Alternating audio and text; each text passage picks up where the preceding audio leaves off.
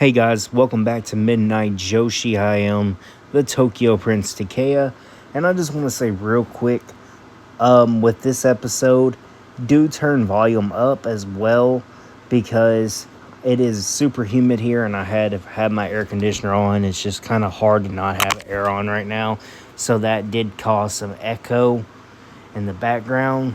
However, I don't think it'll mess it up too bad. You can still hear what I'm saying. Just turn audio up if possible, and we'll be right with you on this episode of Midnight Joshi, where I will be reviewing the All-Star Grand Queendom show and everything I thought about it.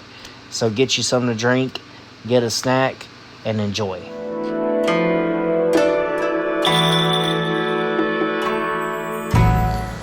What is up, everybody? Welcome back to a new edition of Midnight Joshi right here on the Dragon Chronicles Wrestling Podcast YouTube channel.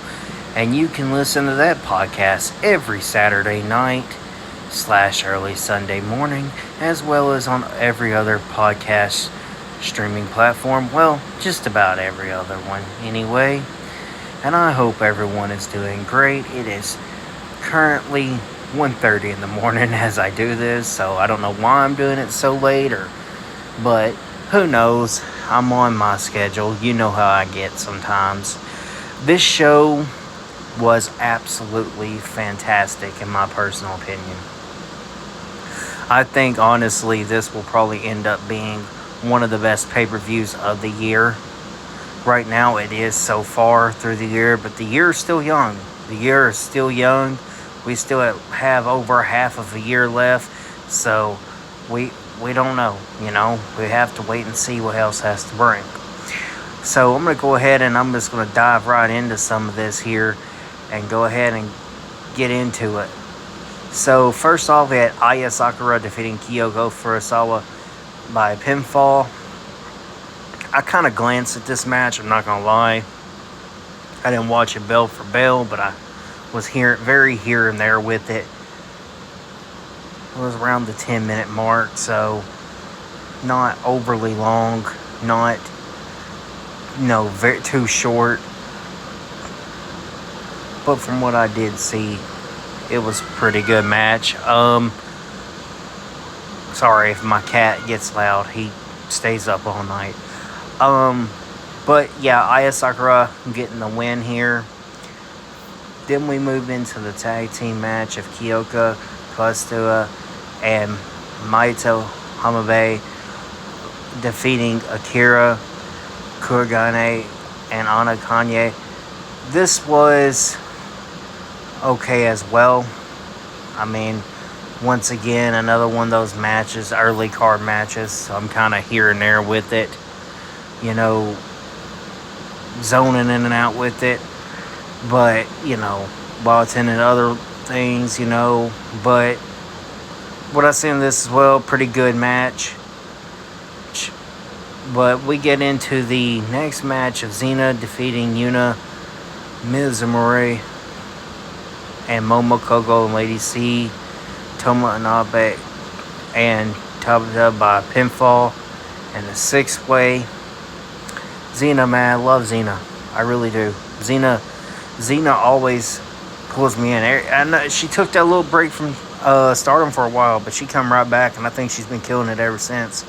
Definitely need some singles gold on Xena here by the end of the year. Next, we move into the match where I started really, really focusing on this match because I wanted to see how this match was going to go. Because I was actually, honestly, low-key kind of excited for this match. Because these two just work very, very well for each other. But we have Maki Ito defeating Natsupoi by pinfall. So Maki Ito, I think her wrestling has improved. Obviously, she's never been very high standards when it comes to wrestling, but her character work is always fucking top tier.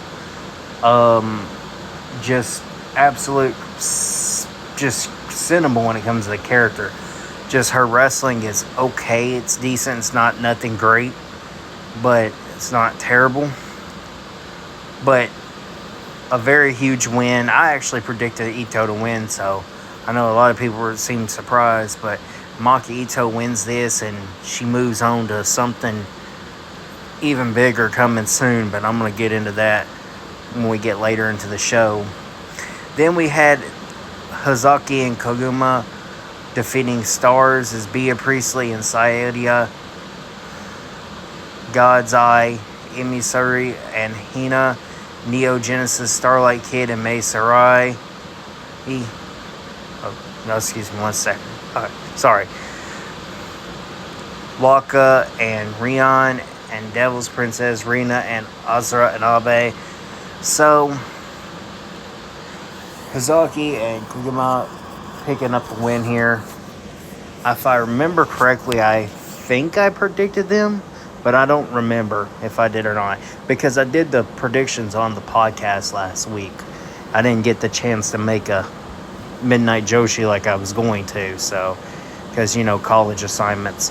But, yeah, I think I predicted them to win. If I did, I got it right. If not, then I just didn't. Congrats to Hazuki and Koguma. And then Bea Priestley also was in this match, and she ends up having something even bigger she's moving on to, which I'll get into later throughout the card. Then we get into Rana Yagami defeating Emma Mashima by submission. So I did not get a chance to watch this match either, but whatsoever, because I was busy. Because I watched it on Monday and ended up having to go do something, but I'm going to have to check that match back out. But once again, I think I predicted Rana Yagami to win this as well, but I'll have to check back and see where I stand with predictions, and I'll just let everybody know. Then we got into Fuwa-chan defeating Saroi Anu. I told y'all Fuwa-chan's stepping it up. I told y'all this. She's stepping it up, and I'm glad to see a lot of people are noticing that. I think she means business here. I think she's wanting to do this. I think she's serious about this wrestling stuff now. So she's locked in now. Congrats to her on this win. Huge win on this huge stage for Stardom to Fuwa-chan. Then we got Suzu Suzuki and Rina Yashima of Bloody Girls School defeating Maika and Hanako by pinfall. I actually did predict Suzu and Rina. However, I thought because Maika was going to go on to do something, but yeah, that just didn't happen, or not in the books right now. Which I'll get in that later. But yeah, Suzu Suzuki and Rina getting the win, as I predicted that one. Then we get into Suri defeating Megan Bayne by submission. Hey, I have to admit, I actually did predict Megan Bayne to win this, only because I didn't know how much farther they're wanting to go with Suri as champion. But the reign continues. The reign continues, and I'm not mad about it, because I like Suri. Is she my top favorite? No. But I do like her, and I always have enjoyed her wrestling. She's a good-ass wrestler, and her matches entertain me. And when she has a title, she is a good-ass champion. I think her World of Stardom Championship reign was absolutely fantastic. I don't care who wants to sit here and argue with me all day about it. I will sit here and argue all day about it. But I truly think that was a fantastic reign. Defeating Megan Bayne. After the match, they get the support. They show sportsmanship to each other. Stardom fans are pissed with AEW people right now because they're not doing enough for Megan Bayne, but that's really because Tony Khan does not know how to book big women. He does not. He never fucking has, but oh well. Stardom, sure enough, will take them any day, because Japan loves big women, honestly. Anytime they can get a huge, not, I don't want to say big women, not like a bad way, but like women that are really built, they always play great roles in Stardom. My personal opinion. So yeah, Suri getting the win there. Then we had the O2 line Azumi and Mayu Masaka defeating the BMI 2000s of Nasako Tora and Ruka. Yes, I believe I did predict AZM and Mayu because I don't hardly ever go against AZM or Rena. But yeah, they did it. O2 Line are your Goddess of Stardom champions. So congrats to them. Then we get into Hanan defeating Konami. And Konami tried everything she could in this match. My goodness. That damn spray paint that she was going to use, which is her best friend, it seems like. But even out of all the hate, but it backfired. She went to use it, it backfired, sprayed her in the face, but she still stayed strong. But by the end of it, Hanan did defeat Konami, which we all kind of knew this was going to happen. We weren't going to have Konami, we weren't going to have Hanan go to the finals of the tournament, beat Rena, who had already challenged for the belt, and win the tournament, and then go on just to lose to Konami. Hanan was the perfect person, I think, to defeat Konami, and I hope that Rena will eventually be the one to beat Hanan. I don't know how long Hanan will be champion, but I think we'll have a good little reign. Then we get into the main event of Sayaka Kurara defeating Sayaka Matani. Yeah, I did not think I'd say those words. I'm not mad. I see a lot of people just complaining. I'm not mad. I'm not going to complain. I'm happy for Sayaka Kurara. I'm happy as hell for her.